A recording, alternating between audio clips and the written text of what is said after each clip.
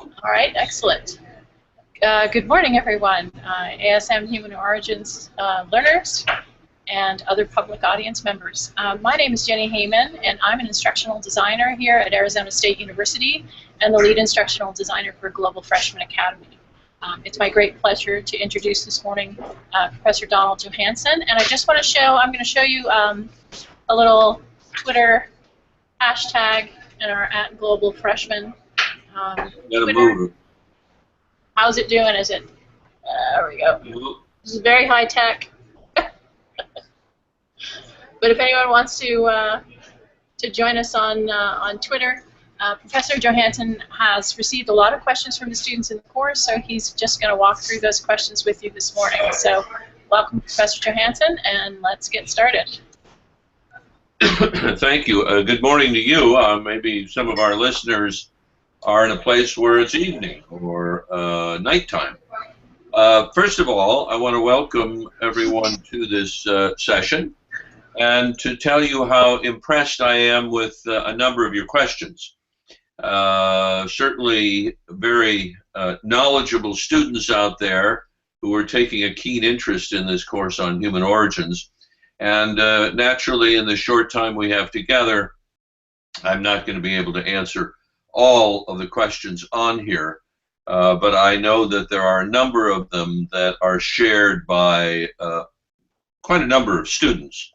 So we'll move into those, and one of them specifically addresses the position of Sahelanthropus chadensis. That's a mouthful, of course.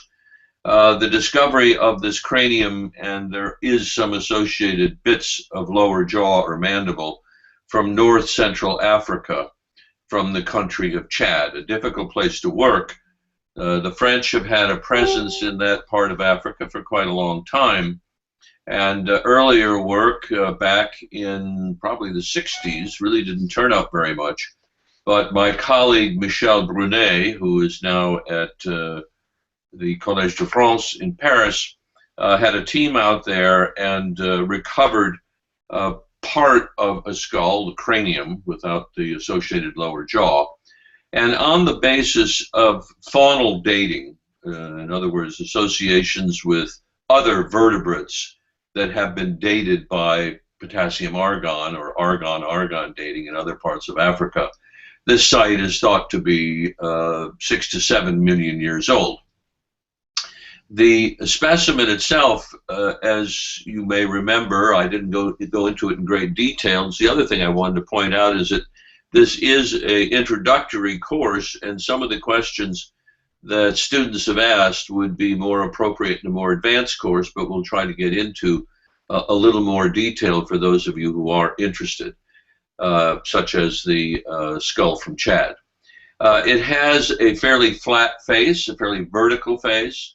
It has well, first of all, I should say it was very crushed, and it had to be reconstructed in virtual space by a man named Zollikofer in Switzerland, trying to put the pieces back in their proper anatomical orientation. And what this showed was that there was a fairly vertical face, much more vertical, for example, than its descendants, if it was an ancestor to later hominins. For example, the good, well-preserved skulls that we have of later hominins, like Australopithecus afarensis, are, as you know, fairly prognathic, fairly projecting.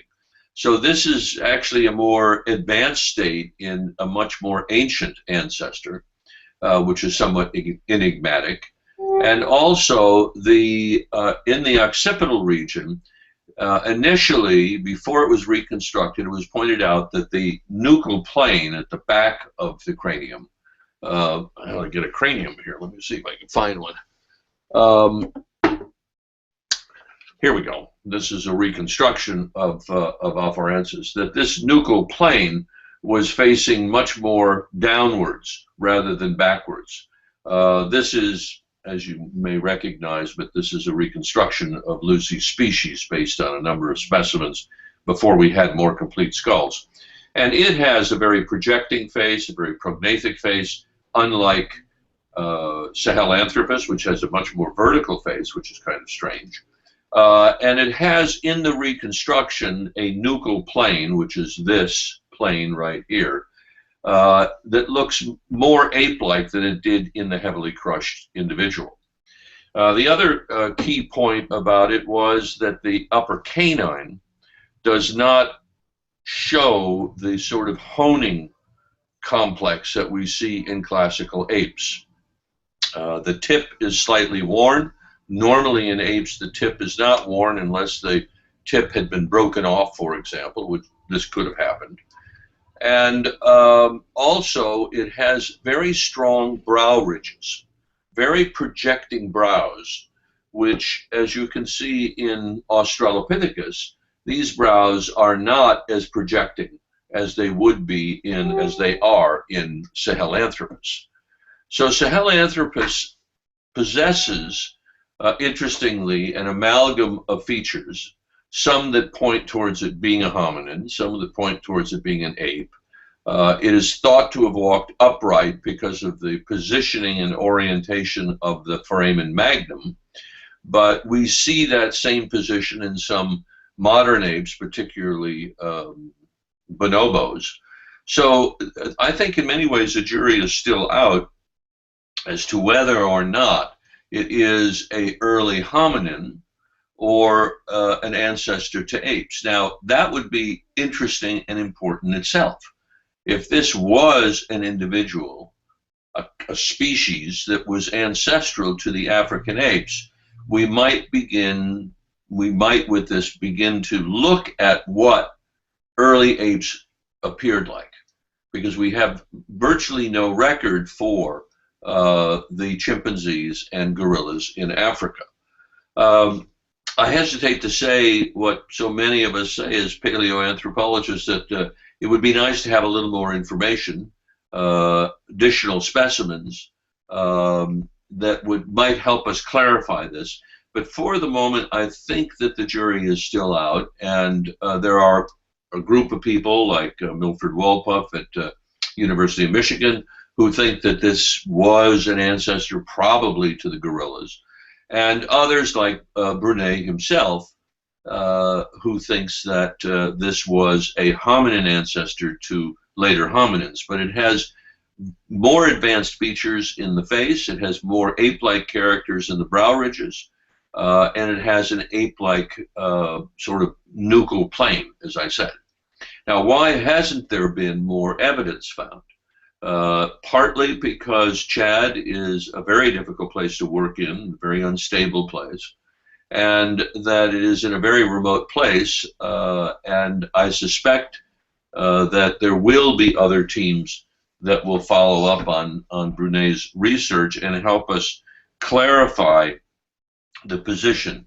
Now, also, let's be reminded that we think that the common ancestor between apes and humans was somewhere around 8 million years ago. So this is getting pretty close to that point, and which makes it even more intriguing and makes it even more exciting in terms of finding additional material in Chad or other sites of that age.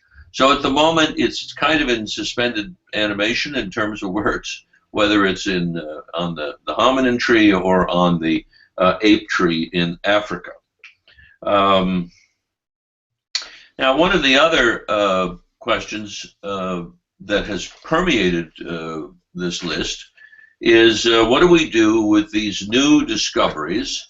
Somewhere I have my National Geographic magazine around here on Naledi, which is a supposed new species of Homo. And I haven't talked about this because when I put this course together and recorded the lectures, these discoveries had not yet been announced.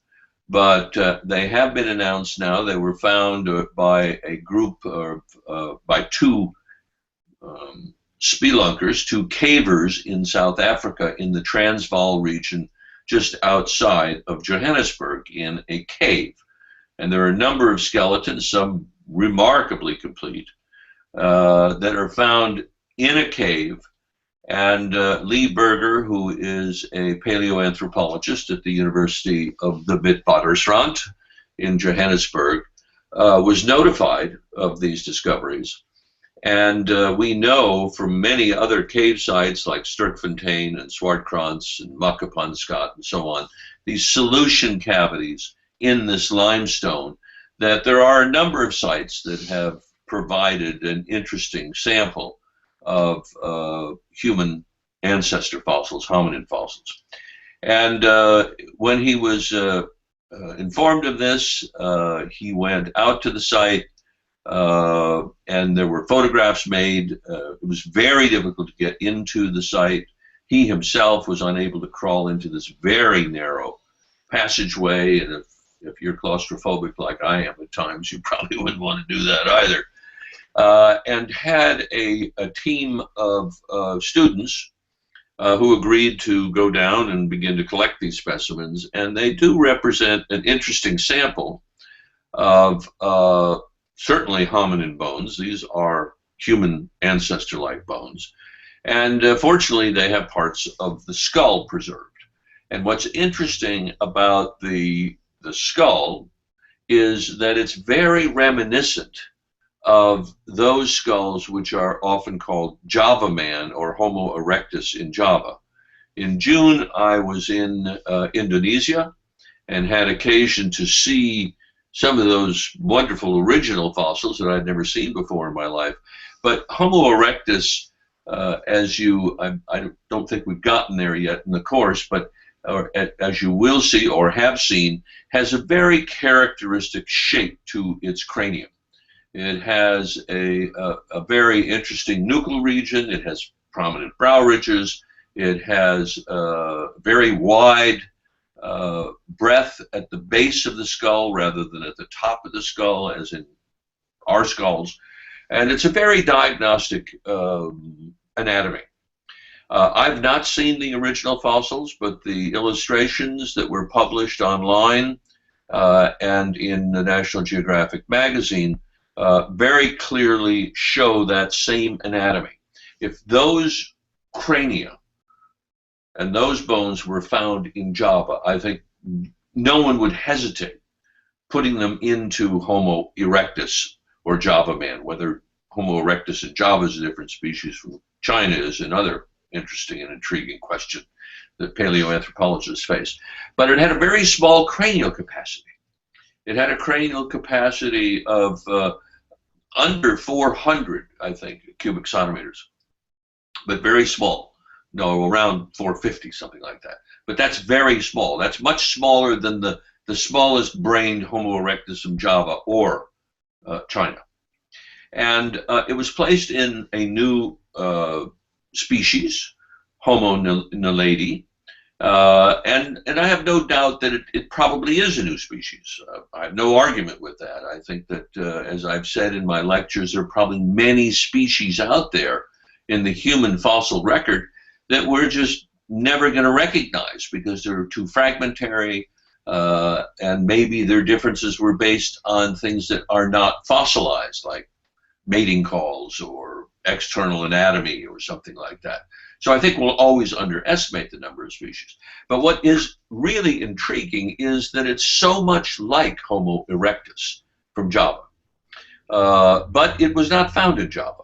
So with that geographical distance between the Malay archipelago, which right now there are fires burning, by the way, many of you know, in these forests in Borneo and Sumatra, where they've devastated the forests, and the orangutans are in terrible threat of being killed by these fires, and there aren't many orangs left. I did get to see some when I was there, which was very exciting. But this material from South Africa that is called naledi has a number of problems. Because, first of all, I think it was really, and many of us in the field feel that it was published prematurely, that the discoverers and certainly Berger and his team should have waited until there was at least some sort of age estimate because these fossils could be millions of years old. I kind of doubt that. They're in absolutely pristine shape, beautiful shape, with lots of anatomy. Or they're maybe 100,000 or 200,000 years old. Now, what would this mean for us? Well, you may remember Homo floresiensis from that island right on out at the end of the Malay archipelago, where I visited, where the hobbits were found. They were called the hobbits because they were very short, and they had very small brains, and they had very primitive wrists, and so on. And for some people, the best explanation for the hobbits is not, yes, they might have undergone some island dwarfing, as does happen when resources are limited, as we know, within mammals especially. But there are some who think that this was a population of early human, early hominin, that became isolated out on that island for maybe a very long time. I suggested in my last book, Lucy's Legacy, that is it possible that something like a Homo habilis got out of Africa and ended up there and went on its own separate individual evolutionary journey? And this is also a possibility for the specimens from South Africa. Is this another example of an early population of hominins that became isolated in this area and evolved into its own unique species? There are other problems in facing us with Naledi. We don't know how they got in there. I doubt that they were ritually buried. There are no grave goods with them whatsoever. What brought them into that cave? Did they go in there themselves? Were they escaping some danger? Did they ultimately all die together there? Why did they die? But the major problem facing us with these specimens is the fact that we don't know where they sit on the time scale. Now, time doesn't determine, obviously, whether it's a new species. Time doesn't necessarily determine what it gave rise to, for example. But it certainly would be, I think, nice to be able to say that these are plus or minus, whatever it is, X thousand, 100,000, million years old. The problem, one student asked, what is the problem with dating these fossils? Why can't they be dated? Well, if you think back to my comments about the South African fossil arena, that there are no volcanics. So this is an area that was fairly stable for a very long period of time, in which there had been very little tectonic movements, like the Rift Valley in East Africa, where we have wonderful volcanoes that erupt with volcanic ash, and that volcanic ash can be dated. The fossils themselves can't be dated, but the volcanic ash can. And in relation to that dated layer, we get good estimates, very reliable, very accurate dates and precise dates for these fossils. But in South Africa, most of the fossils, many of the fossils there, are floating in time. We know roughly, for example, that there are things from Sterkfontein, maybe 2.5, 2.8 million years, but we don't know exactly the dates of them. But we have a pretty good idea that those dates with Africanus are clearly much older than the sites with Robustus. So we know something about the arrangement of fossils in southern Africa. Another idea that has been talked about, and I have thought about it more seriously these days, is are Eastern and Southern Africa completely different arenas of evolution for hominids that underwent parallel evolution in a number of instances, like Robustus in South Africa and Boisei in East Africa? We never find the same species in both places. So maybe they were undergoing very separate and unique evolutionary conditions, and that they evolved into different species. But some of the things facing us with the lady that are fascinating is, how did they get there? but most importantly, how old are they? And hopefully there will be some way, using other dating methods, uranium, thorium, or whatever, that will allow us to come up with some kind of an estimate for the age of Naledi. They're beautiful fossils, there's no question. I think some of us, as paleoanthropologists, would have gone about it very differently in terms of excavation. I know very little about cave excavation. I would have brought in a team of real experts and tried to open up that shaft so that people could actually get down there, build a platform over this, and do a very extensive long excavation, because as you'll remember, I've said in a number of places that context is so important to understand the micro context in which these fossils were laid down. But we will certainly be hearing, I suspect, more and more about Naledi. The other, and by the way, I did an interview for CBS Morning News, Sunday CBS Morning News, which is not aired yet, and expressed some of these similar ideas. If that is broadcasted, it has not been broadcast yet. But there are a number of questions about dating and concerning, for example, erosion. Someone has asked a question here, which I can't locate right now, but it's a question about, yes, the dating of hominin fossils. It says, you speak of seasons for digs and expeditions and issues with erosion. How do climate change issues affect the dating process? In particular, when significant erosion occurs and displaces large areas for examination.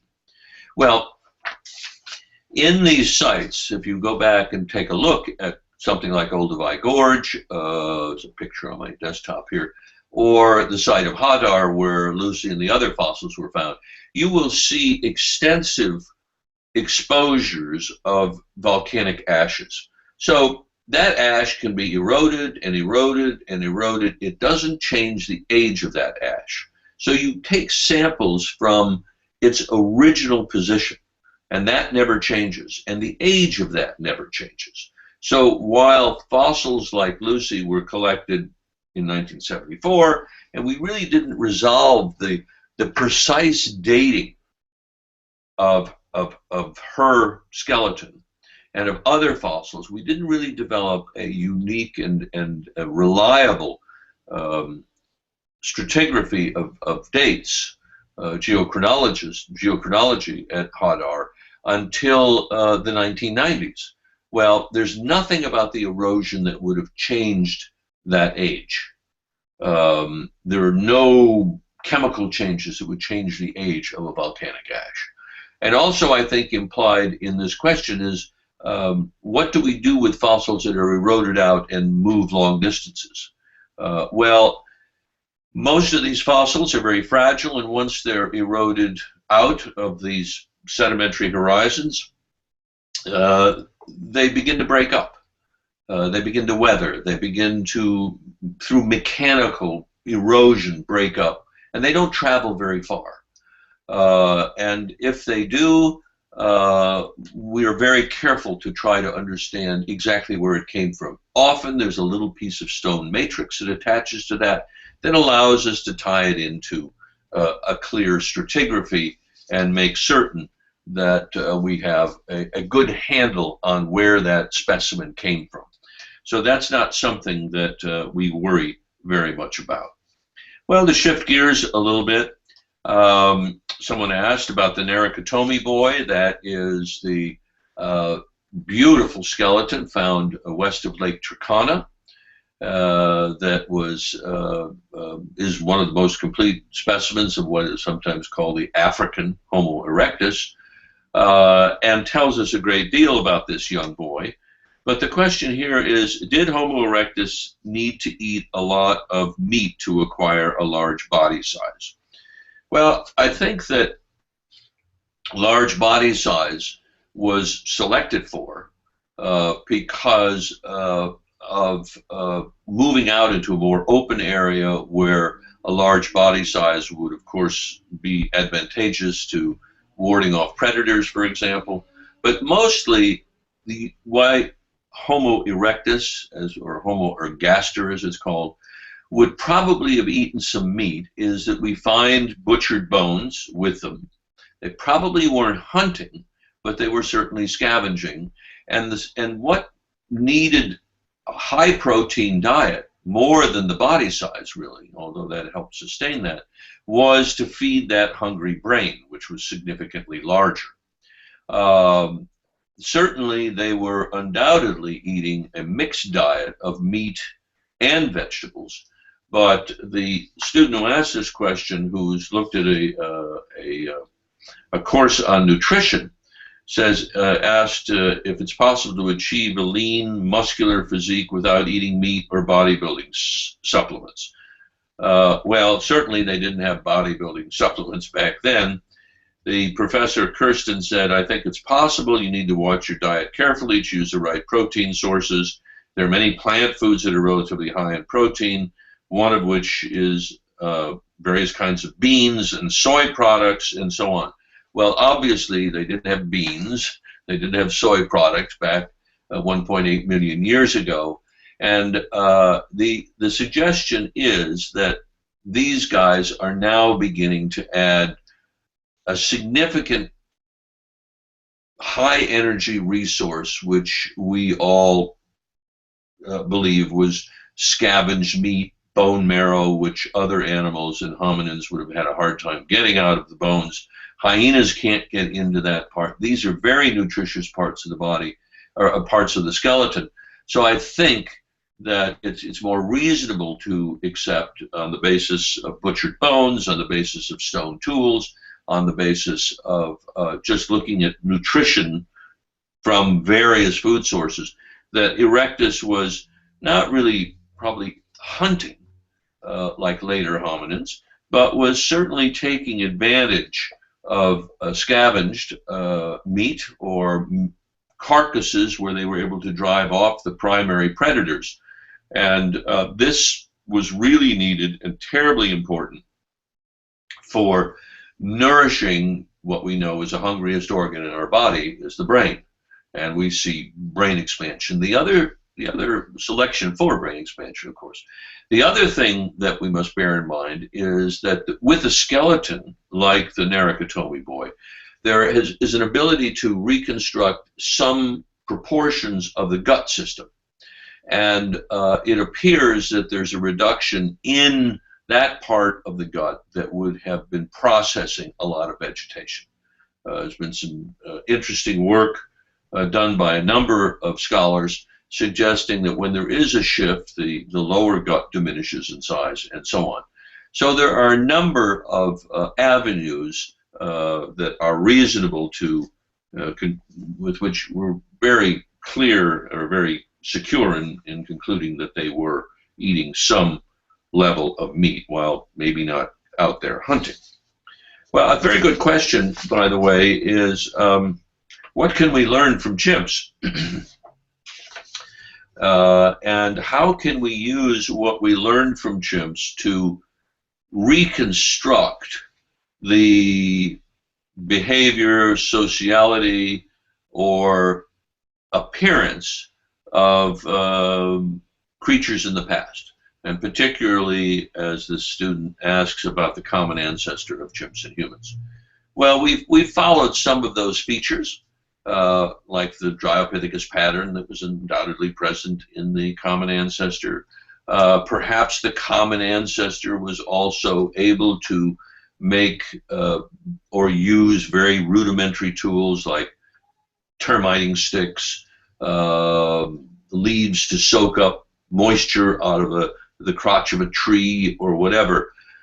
We know that there is some overlap in behavior between modern humans and modern apes, particularly chimpanzees, our closest living relative.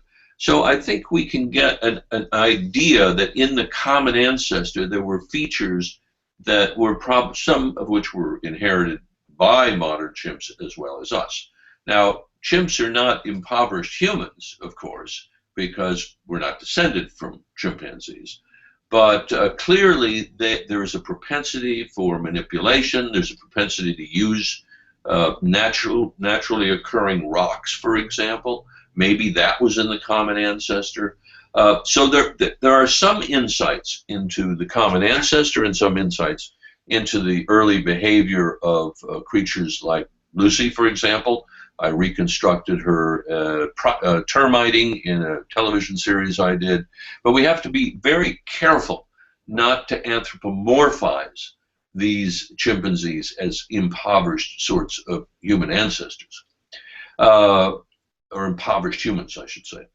The other thing is, in terms of behavior, behavior is very, very difficult to tease out of the fossil record. For example, if we look at the two different species of chimps, Paniscus, meaning the bonobos, or sometimes mistakenly called the pygmy chimps, and the more typical chimpanzee that we see studied by Jane Goodall, Pan troglodytes, that they are very different in their social organizations. Now, I did a dental study many years ago on bonobos, and with the goal to test the idea, if we found those mandibles of those teeth of bonobos in the past and teeth of troglodytes, would there be enough difference between the two of them to put them in different species?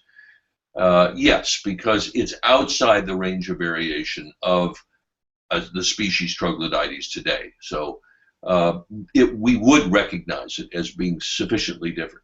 But when we look at modern chimps today, and I mean troglodytes, let's call it the common chimp, they are a male-dominated organization. They have a social organization in which the males are in charge, the females are not. They're multi-male groups. There's a high level of aggression between males. They are very reticent to let any other male from any other troop come into their troop, and so on. You look at bonobos, or pygmy chimpanzees, as you know, they're much more peaceful. They're more docile. They participate in a high level of sexual behavior, and they are female dominated. The females determine much of what goes on in the group. Now, we would never know that from the fossil record.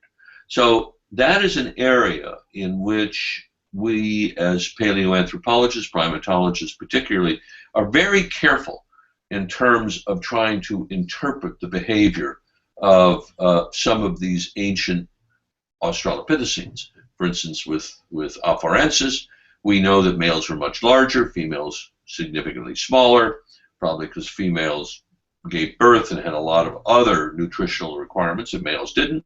And males were large because they were probably primarily selected for their large size for protection of the troop. From fossil discoveries like the first family site, there are multi-male, multi-female, so they probably lived in a multi-male, multi-female group.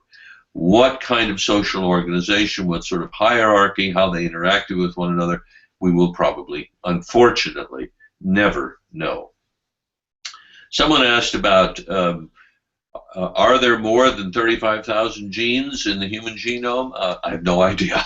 I read probably the same things that this student read, that you may remember at one point in the past it was thought that there were 100,000 genes in the human genome, but now estimates have been reduced downwards, and in the neighborhood of 20 to 25,000 years. I'm really not qualified to answer that question, but the geneticists who do are, of course, working on this question all the time, and it appears that there are significantly less, somewhere around 20 to 25,000 genes. There's been a great discussion among a number of these questions about species, and as I believe I said in my presentation, you could have an entire course on what is a species. And there are bookshelves, like behind me. I could fill all of these bookshelves with books just on that simple question of what is a species. And we use in paleontology largely Hutton's view of the present as a key to the past, that if chimps and gorillas are different species, which indeed they are, and they differ in the following ways, in terms of tooth size, in terms of anatomy, etc., etc., and you find that level of differences between fossils in the past, like between Afarensis and Africanus, they're clearly different species. We'll never know if they could interbreed with one another, right? Geographically, they were probably separated by long distances, which would have hampered interbreeding. They were probably separate for a long enough time to evolve into different species, and they were as different as species we see today. Now, it always gets a little bit hazy when you get to something like, we talked a lot about there, I talk a lot about that in this course, that for a long time we thought that Neanderthals and sapiens were really good species, meaning that they were not able to interbreed with one another. Well, obviously, the genetics that has been done by Svante Pabo, we have about 20 minutes left, Svante Pabo and his team in Leipzig, all of us, most of us watching this broadcast, most of the students, with the exception of Africans, have some Neanderthal genes. You know, I have about, what was it, 2.2%. It means that somewhere in the past, in the far distant past, more than 40,000 years ago, a sapiens and a Neanderthal interbred, and those genes have persisted. Some of them are probably beneficial, as we mentioned, in terms of immunity to certain diseases or whatever. Others are not and have disappeared. Now, what does that mean? That means probably that Neanderthals and sapiens were separated for a very long time and developed their own physical characteristics, but had not been separated long enough to be totally separate species. We do know there is work suggesting that there is reduced fertility in the offspring of those hybrids. But I want to bring up something that I don't remember that if I mentioned or not, but when I was a student, way back when, there was a view predominantly promulgated by French scholars that there was Homo sapiens neanderthalensis and there was Homo sapiens sapiens, that they were subspecies. Now we're getting to a point where very difficult even sometimes to define subspecies in modern human populations of living organisms. But is this the sort of reclassification we should go back to? Were Neanderthals Homo sapiens neanderthalensis, and we coming out of Africa Homo sapiens sapiens? I don't know where we stand on that. I don't have any strong commitment either way, but I think we will see that older idea actually come to fore again. Skip to a couple of, I like this one, let's see, this is 7, where is page 6? We've talked about the lady, someone's asked about birds in their garden. Why do I see distinct species in my garden?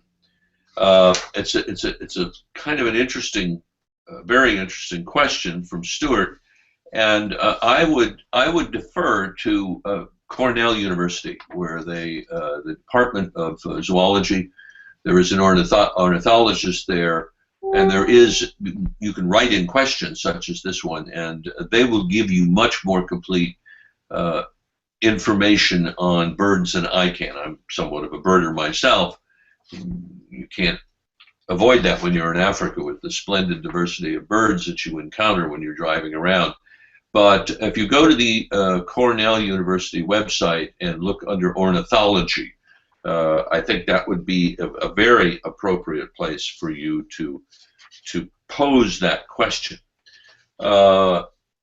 I love this one. It says, Life After Lucy. I was interested in how discovering Lucy, arguably the most famous fossil in history, changed the lives of everyone involved. And what are your thoughts on the most recent discovery of Naledi? Well, I've touched on Naledi. And certainly, the discovery of Afarensis, Lucy is kind of the short-term way of talking about the species, but the discovery almost 41 years ago now, on the 24th of this month, that discovery was a turning point in paleoanthropology. I consider myself remarkably fortunate to have been the person to have spotted those bones and collected her, and someone on the expedition, as you know, nicknamed her Lucy after the Beatles song. But it was a time when there was a significant amount of confusion. There were family trees that were very, very difficult to adjudicate, to say, well, yeah, I'm leaning towards that one or this one. And her species added a great deal of clarity to the pre-3 million year time range. So she had an enormous influence and effect on the field of paleoanthropology. Of course, who knows what would have happened had I not found Lucy myself.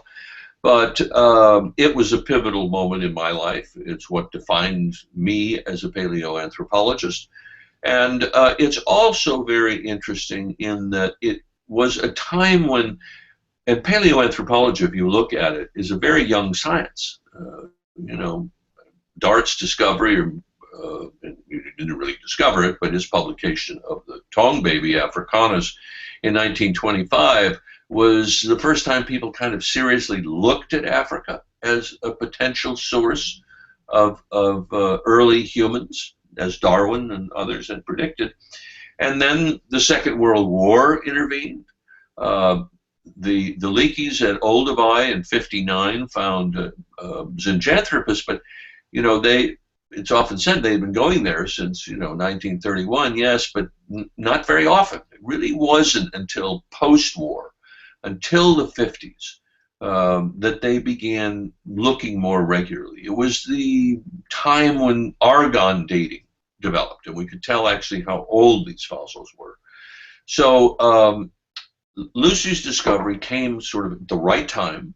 It was the right sort of interesting creature that had an amalgam of features that have been, I think, very adequately explained by a team that I assembled that added, it isn't due to me, but this team added a new level of rigor to the science.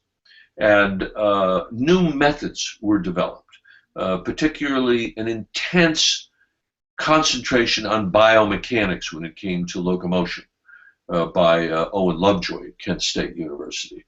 A real understanding of diversity within species, understanding that all species vary, and applying that really very systematically to an interpretation. The important work that Tim White and I did when I was at the Cleveland Museum of Natural History, for example.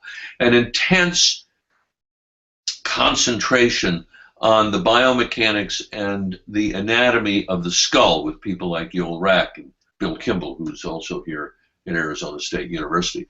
So it was a time when there was, I think, a significant leap in making paleoanthropology a little more scientific. So she had the discoveries in the Afar really opened up a number of new research horizons. And in addition to that, what was one of her lasting impacts is that there are now numerous teams working in Ethiopia in the Afar region where no one was working before.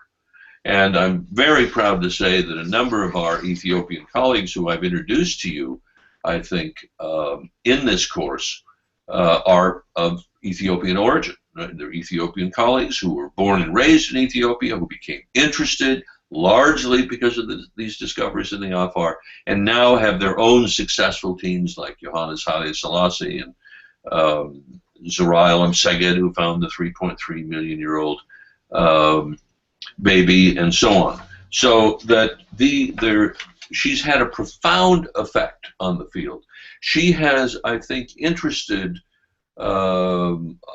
many more people in pursuing a career in paleoanthropology. We get many, many applications every year to our program, as does University of Stony Brook on Long Island, I'm sure that University of California at Berkeley, and a number of other important centers in the United States and in Europe. But the excitement surrounding Lucy and that announcement and so on has drawn a number of people, many more people, into this field of paleoanthropology. Now, where should we go from here? It's a very complicated question.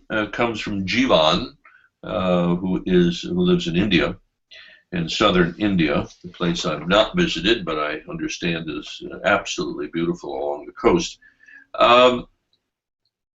There's not much opportunity to study paleoanthropology in India, I understand, and this person says he doesn't travel very much, but the internet has opened up quite a world to him, and he's really a scientific enthusiast, which is wonderful.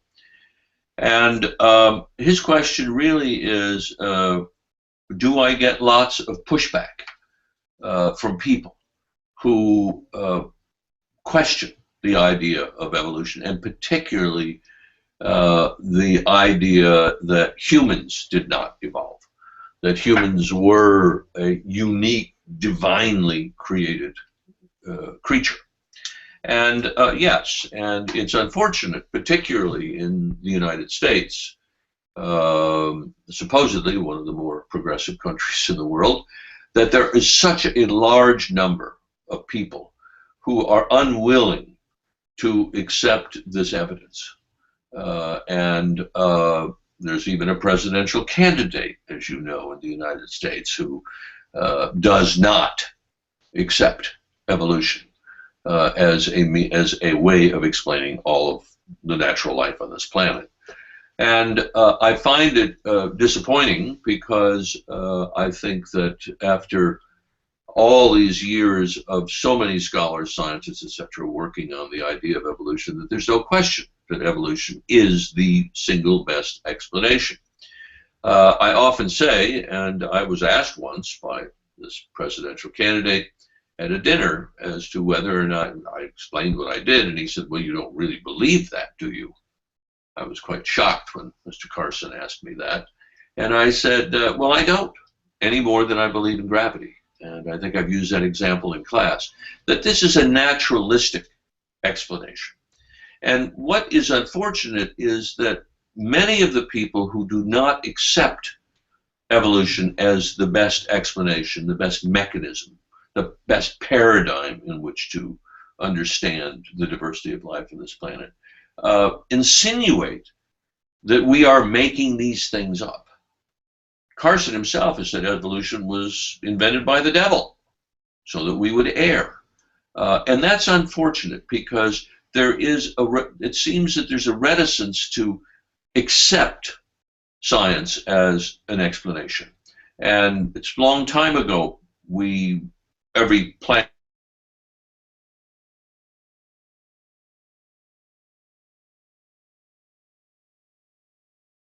and many people who study at universities, and I hope some of you taking this course will understand that, you know, there's nothing evil about evolution. It is an explanation. One can have his or her own personally held beliefs, but to denigrate our science, I think, is to do a great disservice to people who are really people with an open mind.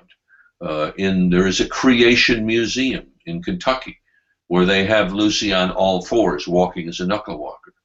Well, you know that we could sit down together in a lab and determine whether or not Lucy walked on all fours as a knuckle walker. There would be telltale features in the hands and the wrists, and they're not there. You look at the pelvis. That pelvis, sure, it's not exactly identical to our own, but biomechanically, it shows that she and her species walked much like we do. And the irrefutable proof, I think, of the footprint trail at Laetoli is another piece of evidence. So if you said, well, you know, just because the hole at the bottom of the skull, the foramen magnum, points down, that what proof is that they walked upright? Okay, well, you could argue that maybe that's kind of spurious and it really didn't indicate upright walking. And then someone comes along and finds a femur, like they did in South Africa. And people like Raymond Dart and John Robinson and Robert Broom, wonderful cast of characters down there, studied it and said, boy, it looks a lot like a modern human femur, and it looks really different from an ape femur. And that strengthens your case. But someone says, yeah, but it's just a bone. You don't actually see them moving around. Well, then you find a beautiful pelvis like Lucy. And that pelvis, while it isn't identical, biomechanically, studying the biomechanics of that system, says, wow, this is a pelvis that operated just like ours. And even at that point, there were a group of scholars who said, you know, this pelvis was only partially bipedal. It spent a lot of time in the trees, and when it came down to the ground, it walked with a bent knee and a bent hip, and they weren't convinced. Well, then Mary Leakey's team went out and got a new piece of totally unanticipated evidence, a hominin or footprint trail in a volcanic ash that's dated at 3.6 million years old.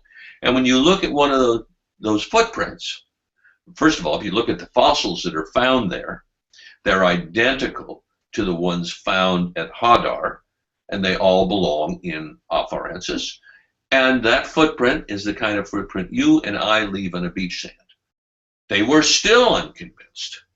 So unless there was someone visiting from some place in the universe on their vacation on planet Earth and making videotapes of those hominins walking,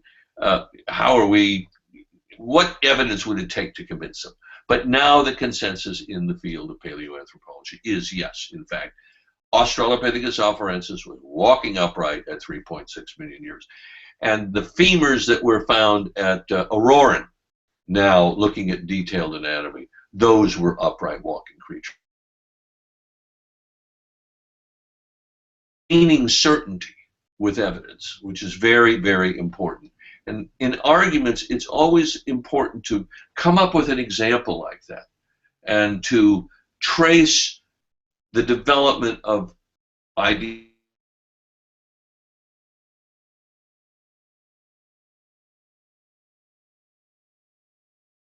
Theory, it could be whatever. And yes, we get pushback, but we should be well educated enough to be able to sit down with a person and to convey to them how this idea of evolution works. It is not a threat to them or their beliefs. It is a way of understanding through the lens of science why the natural world is the way it is. So I think we're just about out of time. Hi, Professor Johanson, it's Jenny just interjecting. One of the things, thank you so much for all the things that you just shared with us. One of the things that I neglected to do was to introduce Halshka and Elisa, who have been working very hard along with Caitlin inside the course to interact with students, to troubleshoot, to find problems. So I just want to give Elisa and Halshka a moment to introduce themselves so that students can get to know just a little bit about who they are. So maybe Halshka, would you like to just say a couple of words about what you're doing, maybe as your graduate research? I think students might be very interested to hear about that. Sure. Can you hear me? Yeah. Okay, great. So hi, everyone. I'm Halshka. I've been talking to some of you on the discussion boards. So I'm a graduate student at Arizona State University. I work with Professor Gary Schwartz and William Kimball, who are pretty prominent people, and they work for the Institute of Human Origins.